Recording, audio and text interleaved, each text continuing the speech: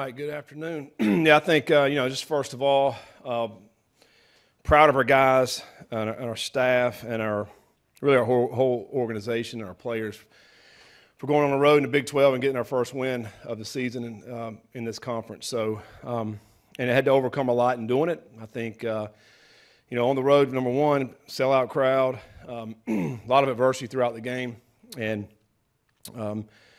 they stayed poised, and they continued to play and ended up making enough plays to go get the win. So proud of that. But really looking forward to this week.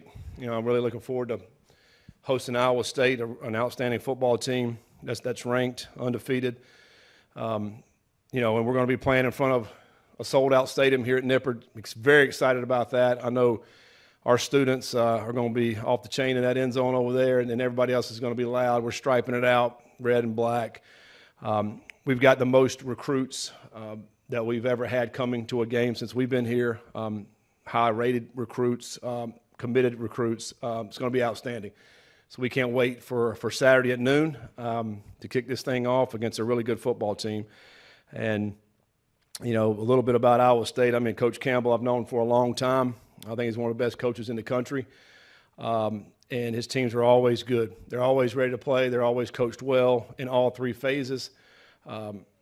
Defensively outstanding, one of the best defenses year in and year out in the country. They got a quarterback that started over 30 football games that's outstanding. He's a winner. He makes things go for him on offense. And, obviously a great challenge for us, but we're looking forward to it. Real quick back to the Kansas Yeah. game. The 4th and 1 early from your own 34, was that sending a message to your team as much as anything that we're going to be aggressive and we understand it's going to take some points to win this game and we're going to go get them? Yeah, I mean, we want to be aggressive anyway, and I think, going into that game, we knew Kansas' offense was outstanding. That Jalen Daniels is a great player. They're going to score points, and so you have to think it'd be aggressive. And I think, when it's 4th and 1, matter of fact, I'm watching the Iowa State game from last year. We did it on our first drive last year as well, back very similar, 4th and 1 on the minus 30-something. So you have to – I think when you're playing teams that are really good, especially on the road, you got to be aggressive in your thinking. And, we felt good about the play and to be able to get those yards. And, and I think in this league, I think you have to be aggressive. I really do. I just think there's so many good offenses, so many good players that, if you think you got a chance to get the first down, let's go ahead and get it. Saw Dante downstairs. His appetite looked fine. Any update on him? No, I think, he's still questionable, but I do think he's trending in the right direction. I think he was close last week. I really thought he might have an opportunity last week. So, but, we'll see how this week goes with him. And, but I do think he's very close to being able to play this week. Any update on Joe? Yeah, Joe's good. He'll be ready to go. Yeah, he'll practice today and be ready to go. I think, pretty much I think probably the big question mark is going to be Dante, but I think everybody else will be practicing today and be ready to roll. In a unique situation, like you're going up against the same defense that you run, do you just run practice like normal, like you would in early fall camp, or are there parts of Iowa State's defense that you have to kind of isolate? Yeah, I mean, I think, theoretically we're the same, but there's a lot of differences in things that we're doing. And I think, even Iowa State, go back the last 3 years that we've played them, depending on their personnel, they do some different things. Obviously, you want to do what your kids do well. So yeah, there's going to be some little tweaks and some little nuances that'll be different. But for us, it's the normal week. We try to go good on good anyway. Like on Tuesday and Wednesdays, we're going to go a bunch of different plays, good on good. So we're going to see that anyway because we want to get speed on speed. But yeah, I think more than anything probably is what we take away. Having gone against our defense in the spring and in August camp, you feel a little bit more comfortable, when they're playing their base defense. Other than that, though, you got to see what they're playing and then react off of it. Brendan had a rough game against Iowa State last year. How much do you go back and look at that tape and try to figure it out, or is it difficult because you've just got entirely new group of weapons around him? How much attention do you pay to that? He did rush for 141 yards last week. Did. That's pretty good. He threw for 60. No, I know. But he ran for 141. Let's look at the positives, Chad. We did not throw the ball great last year. And I thought, So last year's Iowa State team, where they gave up some running yards, and I feel like we try to take advantage of that. They did a really good job in the pass game. I think this year they're a little bit more balanced in their defense approach. It's not just one-sided. I thought last year maybe they gave up the run and they were really good in the pass defense. This year I think it's a little bit of both. I still think they're a very solid defense. We're going to need to be able to hit some throws. We're going to have to be able to do that. There's no question. That really hindered us last year, not being able to hit some of those throws in the game. And, I think you got to be able to do both, obviously. But, again, we're a new team. This is a different bunch. They're a different bunch. Like their secondary is like they're all new compared to last year. Our wide receivers are all new. It's really two totally different teams when you think about it in that regard. They do have some linebackers back, some D-line back. We got some of our O-line back, that kind of thing. But I think as far as the skill guys go, the back end and the receiver room, they're different. And so there'll be a different kind of game plan, I think, probably for us and them as you go into this game. Like the offenses look night and day since the Nebraska game. Is this kind of how you picture this offense looking in the spring and the fall, how you showed against Kansas? Yeah, I think so. We got a lot of playmakers, and we got to figure out ways to get them the ball. And I think, as you go back and look, I think 9 different guys caught balls Saturday, and I think, Tywee and Pryor, were our 2 running backs and kind of rotated both of those guys. They're making plays. And at tight end, I thought Gavin came in and did a great job. He had a couple big catches when Royer went out. I just think we got some good weapons that we got to distribute the football to all these weapons. And I think that's the one thing the last 3 weeks we've done a good job with that. And that's hopefully, obviously what you want to continue to be able to do throughout the rest of the year.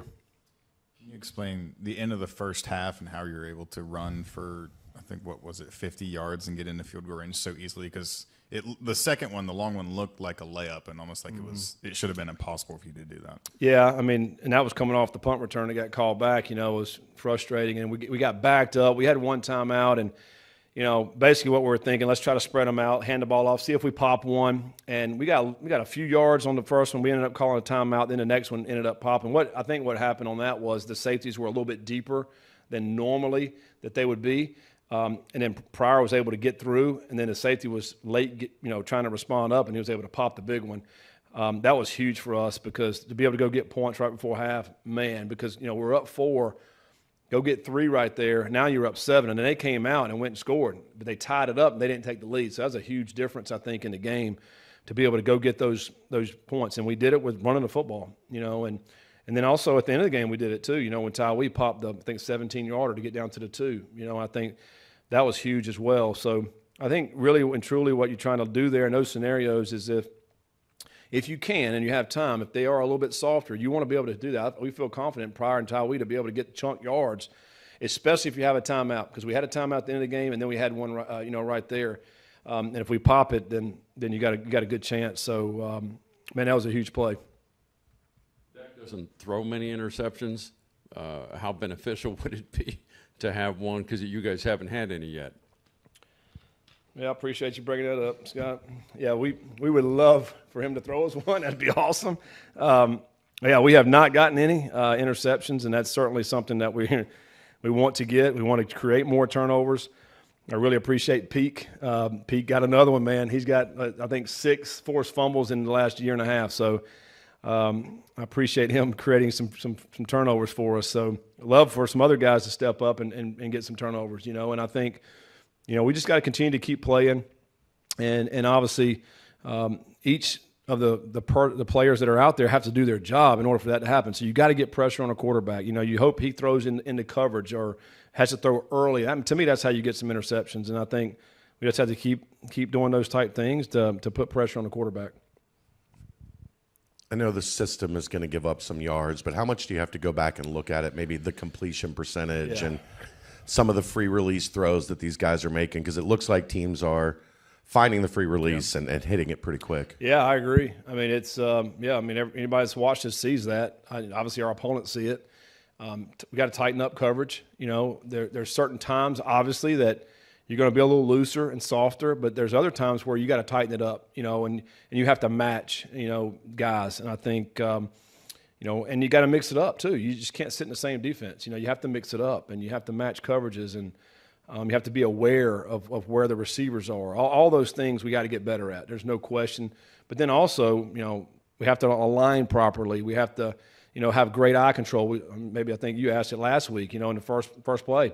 Bad eyes and the guy goes right down the sideline. I mean, so we have to have better eye control. Like all those things we got to get much, much better in order to help our pass defense, because that's where we're deficient. I think the run defense has been very solid.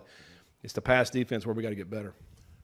Rocco Beck gets the label of game manager, but he's also a guy that will throw the ball down the field and push it deep on you. Like if he's a game manager, he's at the high end No of question. game manager. Do you have to tell your guys, like, don't get caught up in this notion that he's all dink and dunk, because they will hit 40, 45 yard throws? Going back, we don't have to tell our guys. I mean, they hit some plays on us last year. They do a great job of scheming you up, and you think you got it stopped, and there's a guy running free wide open. He's certainly going to hit him. I think he's so much more than a game manager. I mean, he's number one, he's a winner. And how are you a winner? Because you're able to make plays. And he's got huge plays on third downs, on fourth downs. The play action game, because they like to get the ball, running the football. That play action game is strong. They have some really outstanding tight ends, that are long and they're hard to defend. But I think Rocco's a heck of a football player. He's like a coach on the field for them as well. And then now the experience that he has with the many starts as he's had, he's seen everything out there, and he's not going to be fazed or rattled by what you're throwing at him.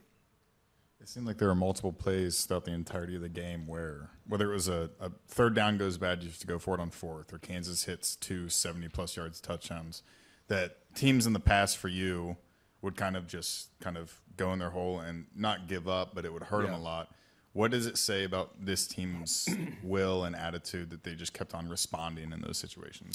Yeah, I mean, I think a lot of it is Brendan. Brendan, what we went through last year, and we've been in these scenarios before. And I think a lot of our guys, the ones that were a part of it, Gavin, Gerhardt and Brendan and these guys that have been a part of that, they scar down, man, and you learn from them. And I just felt like our guys had so much more poise.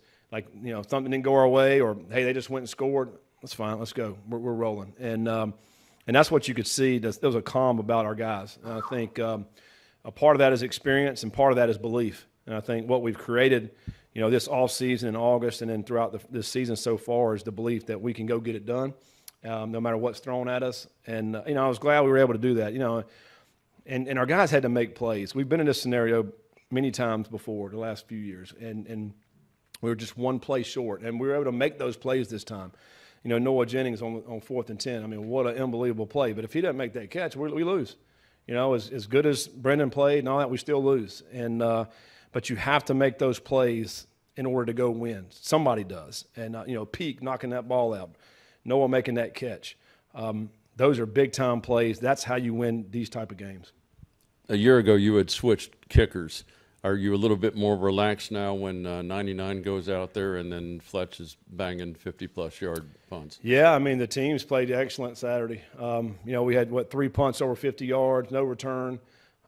Excellent job of flipping the field. That is huge. And then knocking down some field goals, man.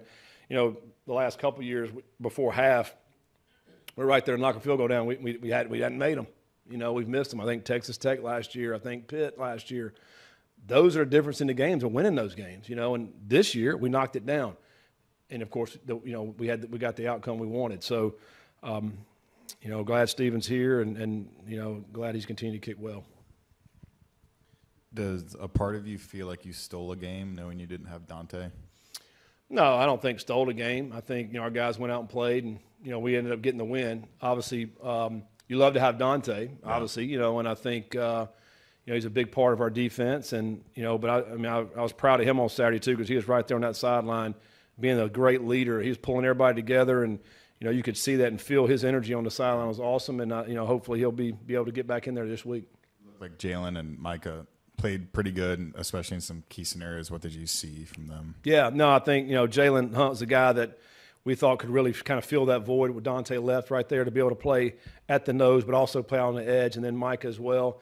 But I do think Jalen, obviously to me was the key to be able to have him, back this year to be able to play in that scenario. We needed him, and I thought he did some good things, putting pressure on the quarterback, making him get off his spot a few times. And, I think he'll continue to play well and get Dante back. Now you get both of them out there. It's just it's harder, obviously, for their offense. On the second long touchdown, it looked like Taden was where he was kind of supposed to be, but then reacted To the ball. to the ball being thrown behind. The receiver makes the catch. Now, what do you say to him on that? Because he's trying to make a play on the ball, but ultimately that resulted in a long touchdown. That's right. Yeah, it was a tough play. I mean, for him, it was a lot of space out there. He's trying to stay over top. Well, then he's looking as the ball's coming and the ball's thrown behind, so he's kind of stepping here to maybe try to get it. Thought their kid made an outstanding play, to reach back. He's running full speed to reach back, make the catch, stay on his feet, and then Tatum gets turned around. Well, by then, I mean, it's going to be over. I think just the only thing you can say right there is to try to tighten up the coverage to where, you're a little bit more body on body. Now it's going to be more difficult for that guy to have to reach back and make that catch. He's given some ground because of how fast that kid was. The kid's a good player. And, we didn't help ourselves. I mean, on some situations there, you love to have an extra safety that's going to be back there to help that actual play. And then, of course, he had the first play, the 93-yarder as well. So, I mean, the week before that, he had a 95-yard kickoff return. I mean, he's a really good player. But we just got to learn from it and obviously try to get better so that doesn't happen again. He had a pretty graceful pirouette. Yeah, I know. You like to knock that ball down, though, for sure. Iowa State's played in some different environments. How important is it going to be for the Nippert Stadium fans to make it a little uncomfortable for them on It's huge. Saturday? I mean, whenever we go on the road in the Big 12 and you're getting, like last year, we went to Iowa State, went to Kansas State, went to Colorado, those stadiums just stand out to me because they were packed, they were sold out. They affect your offense, Arrowhead this year. I mean, they affect what you do offensively. And, we have to create that same environment here at Nippert. I mean, this stadium is awesome. It's loud down there, in that bowl. So when our crowd gets into it, when it's third down for Iowa State, like they got to be going crazy, to try to throw them off of their rhythm and their cadence that they're trying to do on offense. That is a definite advantage for us, and that certainly we'll feed off of that.